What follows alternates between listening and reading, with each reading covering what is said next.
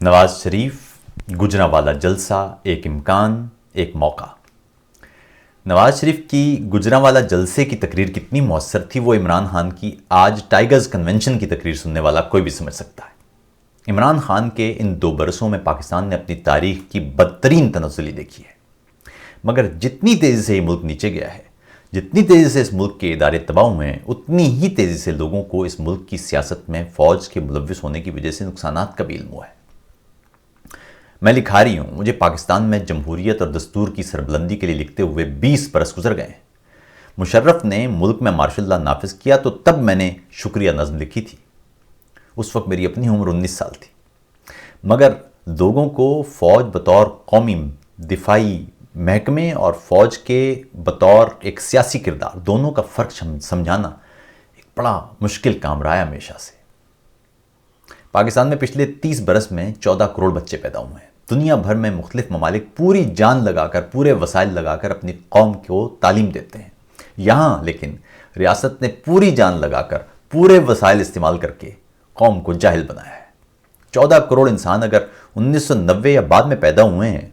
تو اس کا مطلب یہ ہے کہ ان 14 کروڑ میں سب سے زیادہ عمر والا وہ ہے جو مشرف کے مارشل لا لگانے کے وقت 9 سال کا تھا۔ ان 14 کروڑ انسانوں کو نہیں معلوم کہ 90 کی دہائی کی سیاست کیا تھی، کس طرح فوج نے بینکوں کے بینک لٹا کر ملک کی سیاسی بساط پلٹنے اور نواز شریف سمیت مختلف سیاستدانوں کو خریدنے بیچنے کے لیے پیسہ استعمال کیا۔ ان نوجوانوں کو نہیں معلوم کہ ضیاء الحق کس بلا کا نام تھا، کس طرح اس ایک شخص نے اسلام کا صدیوں پرانا تشخص ڈالروں کے عوض مٹی میں ملا دیا، امن، بھائی چارے اور برداشت کے مذہب کو شدت پسندی، دہشت گردی اور کرائے کے جہاد میں تبدیل کر دیا۔ ہماری مساجد جو ایک طرح سے سکون اور محبت کی علامت ہوا کرتی تھی، انہیں بارود ساز فیکٹریوں میں تبدیل کیا۔ ان بچوں کو نہیں علم کہ ذوالفقار علی بھٹو کون تھا، ذوالفقار علی بھٹو کی حکومت کیسے ختم کی گئی، کیسے عدالتوں کا استعمال کر کے بھٹو کو پھانسی دی گئی۔ ان بچوں کو خبر نہیں ہے کہ یہاں بھٹو ہی تھے کہ کس طرح انہوں نے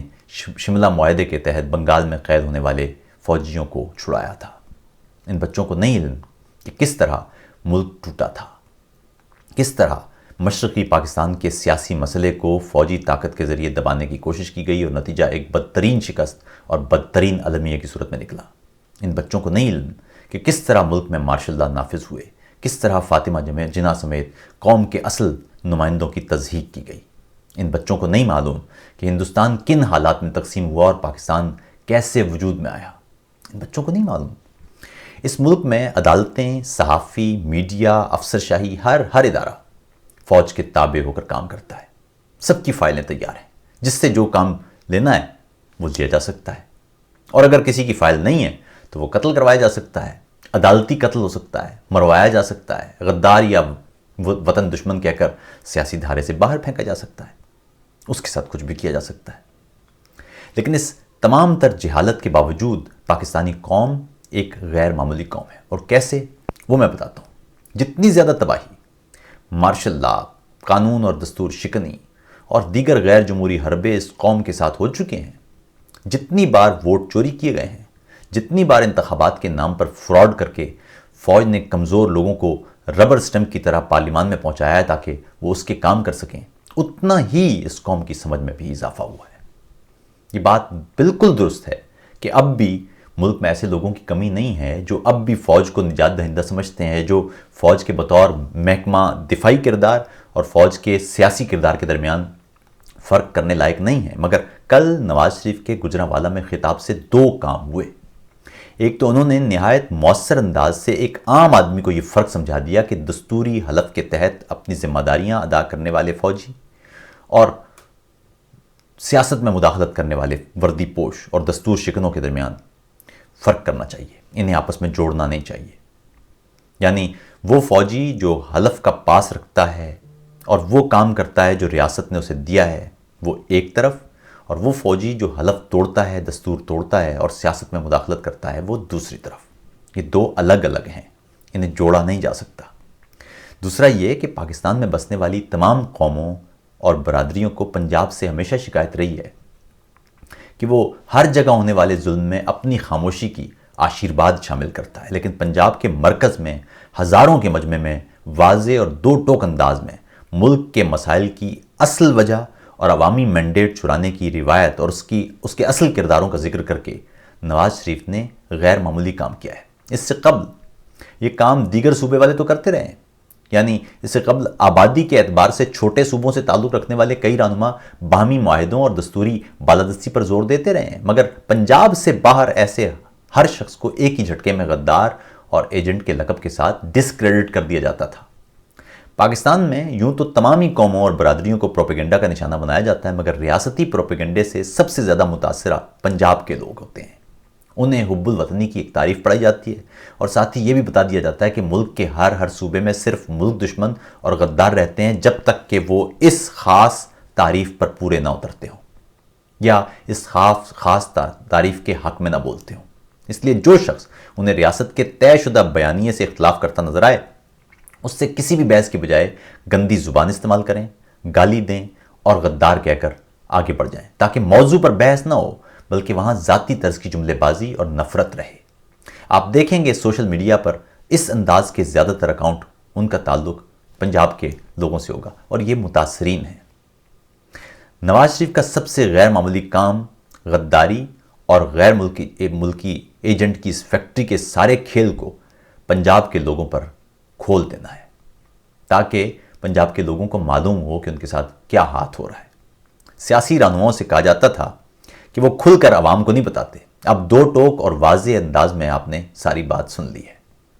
میرا قبیلہ تو فیض، جالب، فراز اور دیگر کی طرح کئی دہائیوں سے آپ کو واضح انداز سے اس ملک کے مسائل کی جڑ اور استحصال کی اصل وجہ بتاتا ہی رہا ہے، تاہم اب پاکستان کے 3 بار کے وزیر اعظم اور ملک کی پارلیمان کے اکثر ارکان جہاں پر بیٹھے ہوئے تھے، اس پورے بیانیے کی تصدیق ان کے سامنے کر دی گئی ہے۔ یہ ایک سنہرا موقع ہے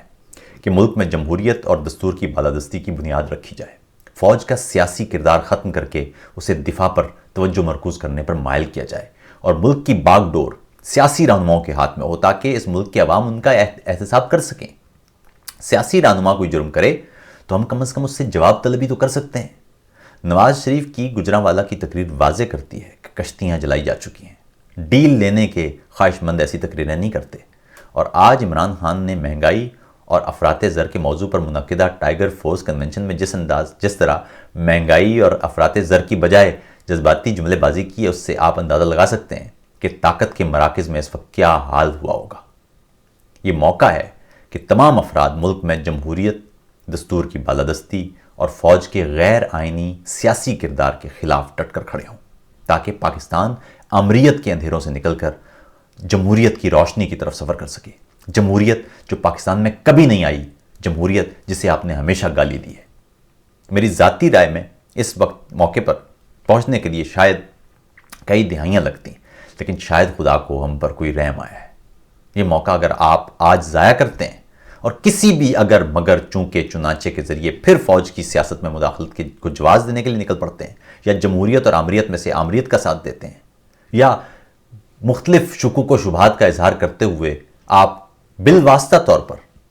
آمریت کو مضبوط کرتے ہیں، تو شاید اس کے بعد دوبارہ یہ موقع کبھی نہ ملے۔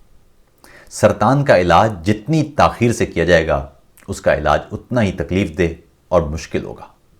اگر پاکستان بننے کے بعد ہمارے والدین کی نسل کچھ جدوجہد کرتی اور ملک میں آمریت کا راستہ روک لیتی،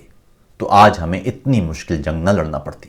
اگر ہم آج یہ لڑائی نہیں لڑتے تو یاد رکھیے ہماری اگلی نسل کو اس سے زیادہ، بہت زیادہ مشکل جنگ لڑنا ہوگی۔